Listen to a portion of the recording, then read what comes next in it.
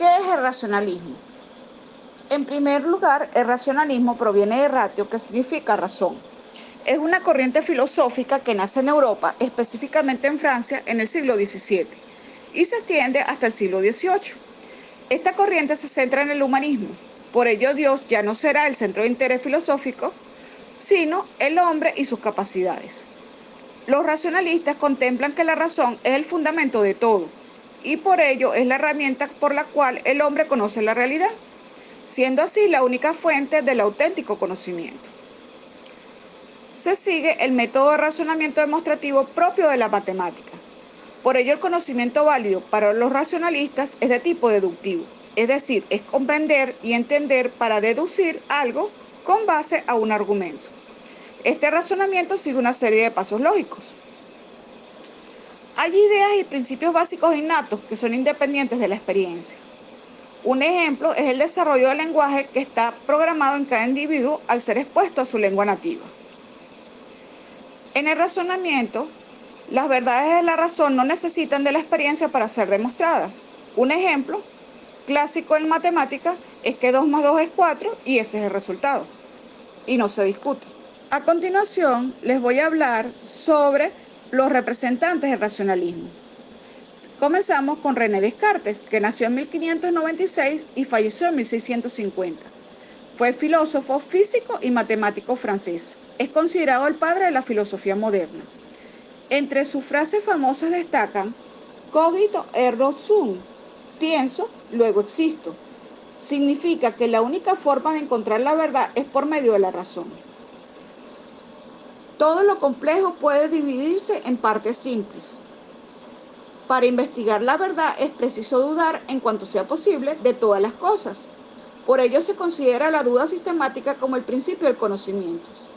Para René Descartes, la duda es una de las piezas fundamentales para conocer qué es lo que está pasando en el mundo, ya que permite plantearnos interrogantes y buscar respuestas lógicas para adquirir conocimientos sobre lo que se desea saber. Para saber lo que la gente piensa, presta atención a lo que hacen en lugar de a lo que dicen. Esta afirmación es totalmente vigente, ya que muchas personas dicen una cosa pero hacen otra. Entonces, basándonos en esto, hay que prestar mucha atención a lo que las personas hacen. Por último, a través del discurso del método, Descartes afirmó que Dios nos dio la posibilidad de distinguir entre lo bueno y lo malo. El segundo representante del racionalismo del cual les voy a conversar es Baruch Spinoza. Nació en 1632 y falleció en 1677. Fue un físico holandés y seguidor de René Descartes. 5 de sus expresiones más representativas son las siguientes: todo lo que existe es parte de Dios y Dios está en todo lo que existe. Para Spinoza, Dios no es un ente personal, él lo ve como un todo, porque Dios está en todas partes, en las montañas, en los ríos, en la naturaleza. Además, considera que no vino para castigar, ya que es parte de la creación. También considera que el sexo es un regalo con el que se puede expresar amor, éxtasis y alegría.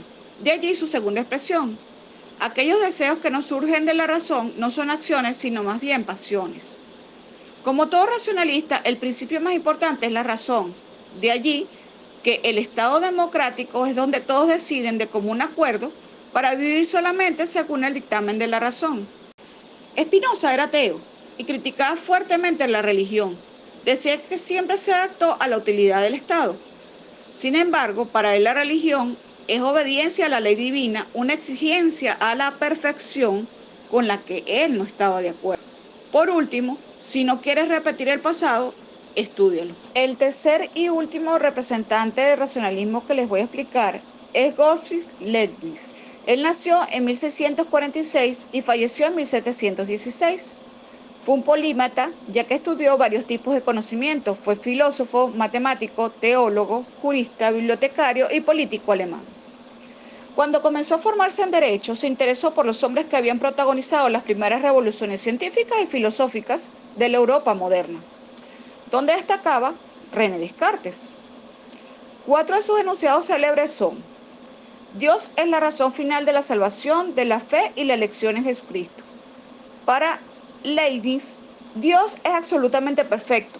es el sujeto de todas las perfecciones y no admite imperfecciones.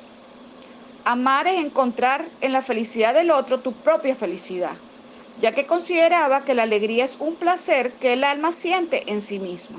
Para él existían dos tipos de verdades, las verdades de la razón y las verdades de hecho. La diferencia esencial entre ellas es que las primeras son necesarias por ser analíticas con sentido lógico, mientras que las segundas son empíricas, basadas en la experiencia y en la observación de los hechos. Y por último, su último enunciado célebre es: incluso en los juegos de niños hay cosas para interesar al matemático más grande. Realmente en los juegos de niños hay muchas cosas que se explican a nivel matemático y más a nivel de videojuego. Fue importante darles la explicación sobre lo que es el racionalismo y sus principales representantes, ya que esta corriente filosófica es la base de varios de los paradigmas de investigación que tenemos que contemplar. Ahora vamos con el paradigma racionalista. El paradigma, digamos, de manera general, se puede considerar como un poderoso cristal o un lente al cual a través vemos al mundo, ¿no? En el caso del paradigma racionalista tenemos las siguientes características. Este asume que la característica humana fundamental es la razón, ¿no? Digamos que se pretende explicar y predecir hechos a partir de relaciones causa-efecto, en el que se pretende descubrir el conocimiento. Desconoce y margina los otros componentes de lo humano, al considerar que obstaculizan o sesgan el actuar racional impoluto. Esto básicamente lo que quiere decir es que se desconoce pues toda emocionalidad, ¿no? En el caso de la investigación. Afirma que las actuaciones humanas se determinan que la determinan, la mejor es la parte racional, pues es la mejor opción. Pueden haber varias opciones, pero siempre lo racional va a imponerse. Centra los proyectos educativos en procesos de ilustración y suministro de conceptos y teorías enfocadas en la racionalidad. Bueno, el investigador busca la neutralidad, debe reinar la objetividad. Los problemas de la investigación surgen de teorías o postulados existentes a las iniciativas del investigador. Bien, ahora pasando a la siguiente lámina, pues a modo de ilustrar lo que se mencionó anteriormente, mostramos un ejemplo, en total vamos a mostrar dos, ¿no? De lo que se considera un paradigma racionalista. En este caso tenemos, digamos, un investigador ya de la época de 1812 en Inglaterra. En ese momento los científicos no pensaban en términos de energía. El científico que está representado en esta foto es el señor Michael Faraday, ¿no? Él fue un físico y químico británico que estudió el electromagnetismo y la electroquímica.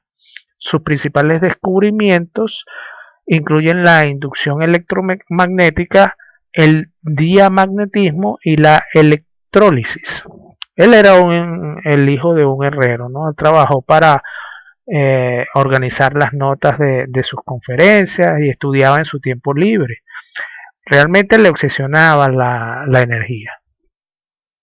La transformación de elementos químicos de una batería en electricidad a través de un alambre y cómo afectaba a una brújula, pues fue lo que lo llevó a hacer distintos estudios.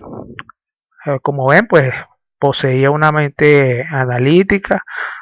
Él lograba visualizar la relación de la energía y el magnetismo, ¿no? Él estaba seguro que la electricidad viajaba fuera del cable. Pero bueno, posteriormente pasará mucho tiempo para que él pueda demostrarlo. En sí, él estudió parte de una inquietud o duda personal, pues como pueden ver, o sea, no se responde a necesidades externas ni a imposiciones científicas, ¿no? Lo que lo llevó a hacer esto.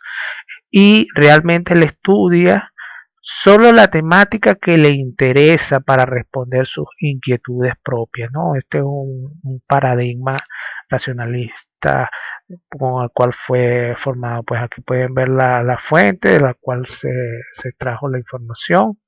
El segundo ejemplo es un ejemplo, digamos, de mayor data, pues es el de Newton.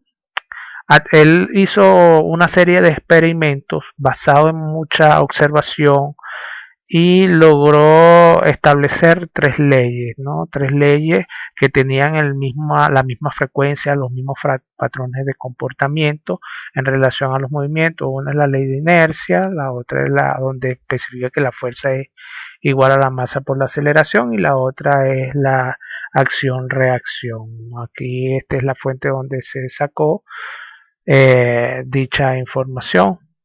En esa misma fuente, pues ya bajo un enfoque epistemológico, él indica que ese tipo de experimentos, y no solamente los de Isaac Newton, sino los de Gregor Mendel y los de otro investigador, digamos, los clasifica como que si fuera un enfoque empirista inductivista, ¿no? Las principales características son orientaciones a los hechos observables y perceptibles, ¿no? Los califica como empirismo, básicamente.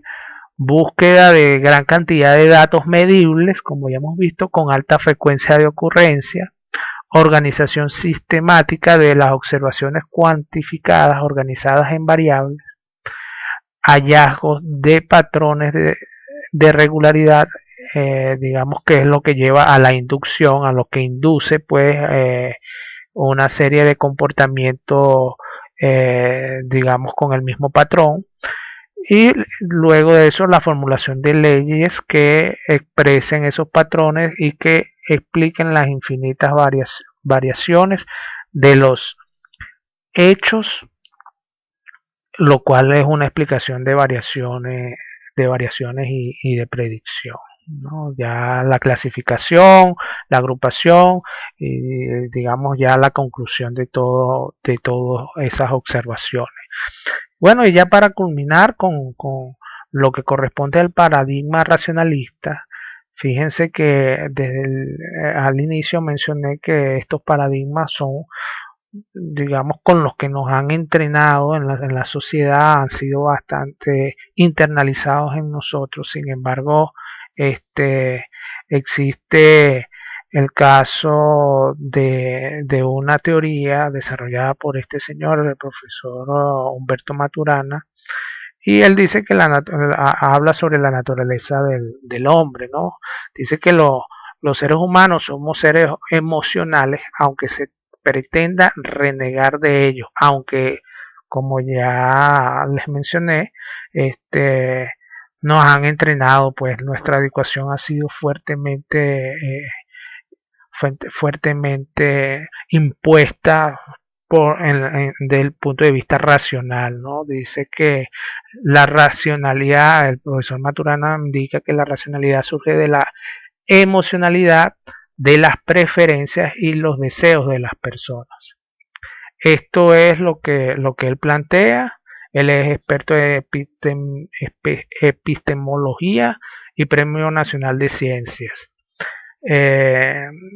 Bueno, muchas gracias.